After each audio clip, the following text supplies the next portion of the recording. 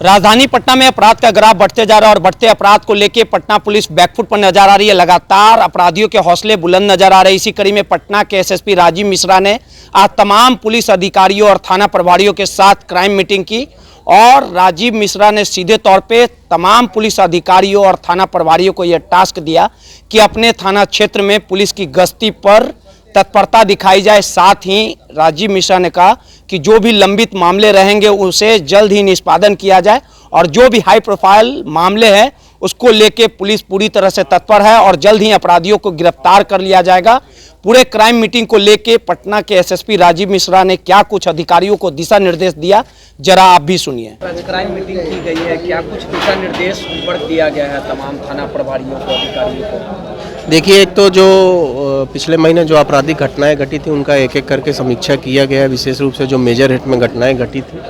समीक्षा के क्रम में ये पाया गया कि जो लगभग जो बड़ी घटनाएं हुई थी उसमें लगभग 90% केसेस का डिटेक्शन हो गया है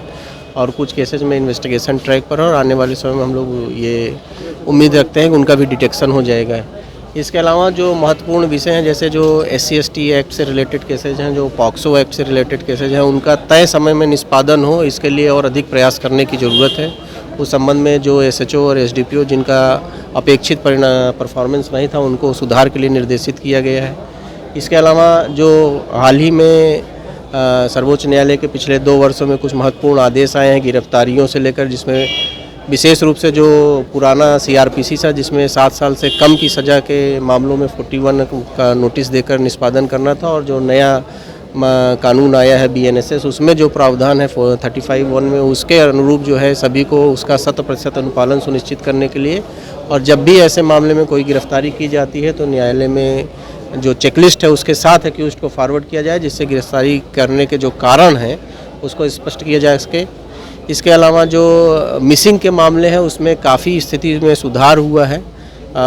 इस महीने के अंत तक जो है पिछले साल की तुलना में हम लोग का जो केस है, लंबित केस है, वो काफ़ी कम हुआ है और हम लोग ये प्रयास कर रहे हैं कि आने वाले समय में उसमें और कमी लाई जा सके। जो गंभीर शीर्ष के अपराधी हैं जिनकी गिरफ्तारी की जानी है उस पर फोकस्ड करने के लिए कहा गया है। जो गैर जरूरी गिरफ्तारियाँ 7 साल से कम सज़ा वाले मामलों में गिरफ्तारियाँ हैं उसमें जो न्यायालय के आदेश हैं उसके आलोक में, और लेकिन जो गंभीर मामले हैं उस पर गिरफ्तारी पे फोकस करें, इसके लिए सभी को निर्देशित किया गया है।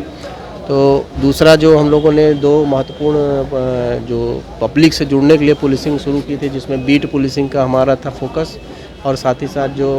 Know your people know your police का उसको और मजबूती से और सक्षमता से लागू करने के लिए कहा गया है।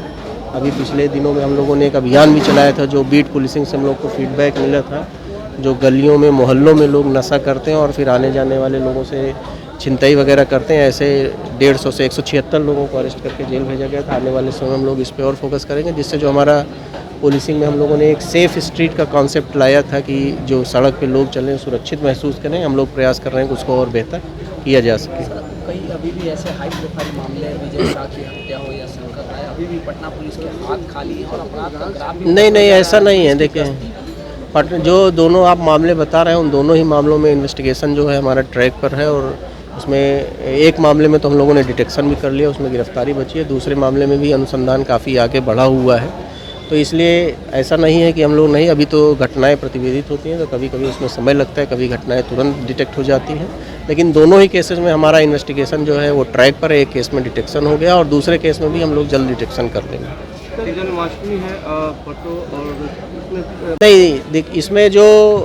जन्माष्टमी और जो चेहल्लुम है, दोनों पर्व जो है उसके लिए भी हम लोगों ने सारी तैयारी कर ली। चेहल्लुम का जो पर्व है विशेष रूप से जो पटना सिटी एरिया है वहीं मनाया जाता है और जन्माष्टमी के लिए जो मंदिर हैं उन मंदिरों में